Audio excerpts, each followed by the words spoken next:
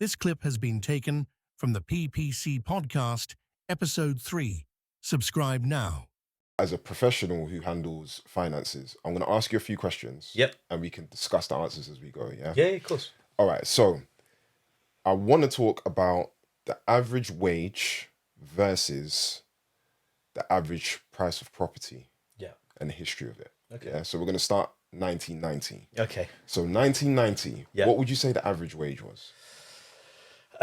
Average wage. If you remember. In 90... I am that old. 1990. I reckon it was probably about 20 grand a year. Let's just say. 20 grand a year? Yeah, okay. yeah. So the average house price in England at that time was 43,500. Wow. Okay. Yeah? All right. Year 2000. Average wage. Average wage, about 28. 28. Yeah. Okay. Average house price was 54,000. In 2000. Wow. In Okay. England. Yeah. Yeah? Okay. And that's what? 24 years ago, yeah? Yeah, yeah. Okay. 2010. Average wage. Average wage in 2010, about 34. Okay. Average house price in Portsmouth. Yeah. 152,000. That's a jump. Big jump. Yeah. So you see where I'm going with this. Yeah. So today, Yeah. what would you say average wage? Average wage, we've got, it depends on what kind of average you're taking. I've gone on for the Joe blogs with higher management, lower management, and all the rest of it. Most people will be on the lower tier, but you are balanced out by some bigger wages. I would say average wage, 39, 40 grand.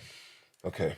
And then we've just said that the average price of property in Portsmouth at the moment is £224,895. So you see where I'm going with this. It's the fact that the wages are definitely nowhere near increasing the way property prices have. Yep. Especially, and then on top of that, the conversation that we had in the first episode that we did, and we were talking about how it's become a lot more difficult to get mortgages since the credit crunch, especially with everything that they've tightened up. So I want to get your thoughts on it, but also I just feel personally, just looking at all this, that we're getting to a point where it's going to be very difficult for people to afford the houses that they live in. Yeah. I don't know whether, for example, I know I've got family in Germany. I think there's particular places in Germany where the government actually give you a house, you rent it, you've got your job, and your job is kind of, how do I say it? The rent that you're paying matches the job that you have in that respect. And then you're obviously able to live a certain way. You can't be too extravagant with your living, but you're able to get your food and that sort of stuff.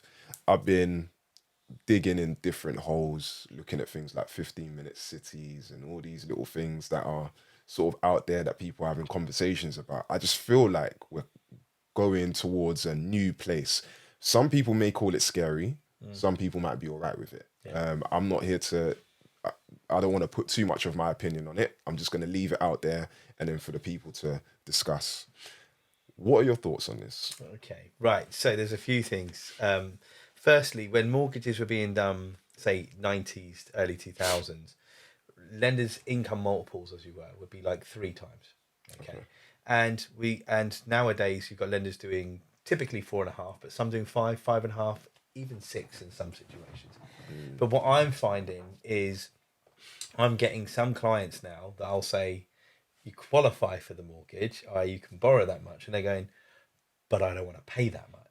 So it could be, look, you can have a 300 grand mortgage, it's going to be at 4.5%. This is now what it costs, because they were used to paying 1% or so, and then they go, wow, I don't want to pay that. I don't want to see that as reasonable, because that could be like a £2,500 mortgage. That's tough.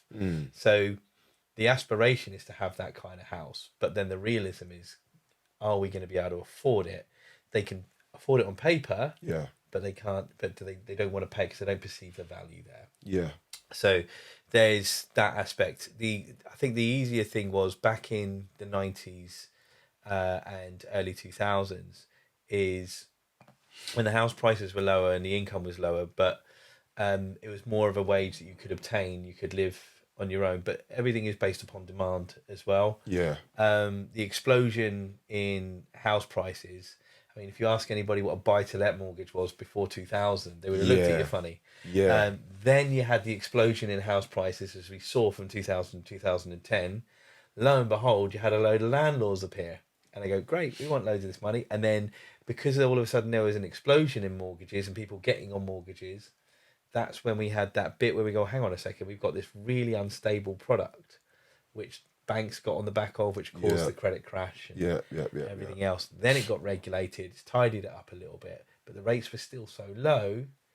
And because the rates stayed low so long, the house prices continued to increase because people were like, I want to buy lots of properties. Yes. I want to own my own house because it felt in reach and reasonable. And because there was a demand, the house prices kept going up. Now all of a sudden, we've seen house prices be quite steady now. Since the rates have stopped, house prices have remained quite steady. But it's changing people's way of thinking, because what they've always thought is, well, house prices always go up. My house should be worth this.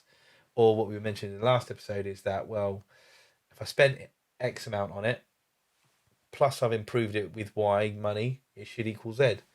But they need to cater for, well, what's the demand?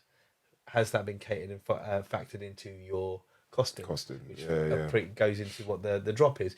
And part of that is, I can't afford it, so therefore I'm not going to buy it. So it might be desirable, I might want it, might be a lovely property, but I can't afford to spend that anymore, which is why we've seen the drop in house prices. I do think that there were pros and cons of, I mean, can't get a time machine, because if you'd have said to everybody, here's a time machine with a bag of cash, the first thing they'd have done was go, well, I'm going to buy loads of property. Yeah, absolutely. But we, unfortunately, in hindsight, we can't amend that. I think maybe things will have to change to a new normal. And then we'll be able to see how house prices react from there. And I think it's going to need a little bit more sensible pricing, sensible attitude towards borrowing. 100%. And the cost of living is the cost of living at the end of the day. It's the only alternative is to move either to an area of the country where you don't necessarily want to be, or there isn't as much opportunity. The reason why the south of England and London are more expensive is because that's where the opportunity and the money is. You go to Middlesbrough if you want to. It's you're moving away from what you want. And using the German model as an example, obviously the German economy is a good economy, it works well, but are there as many entrepreneurs? Are there as many small business owners? Because we have an aspirational society where people feel like, well, I can go for it, I can work for it, I can earn it. It's risk and reward. It's more risky, but the rewards are there to be had. More of a free will type thing. Because I know over there, for example, one thing that like shocked a few of my family members when they've been out there is if they've got roadworks, that gets done in the night. So that gets done overnight. They have all their workers out overnight doing that job, and that's that. In my head, that must be obviously either a high level government contract or it's the government themselves that are doing that.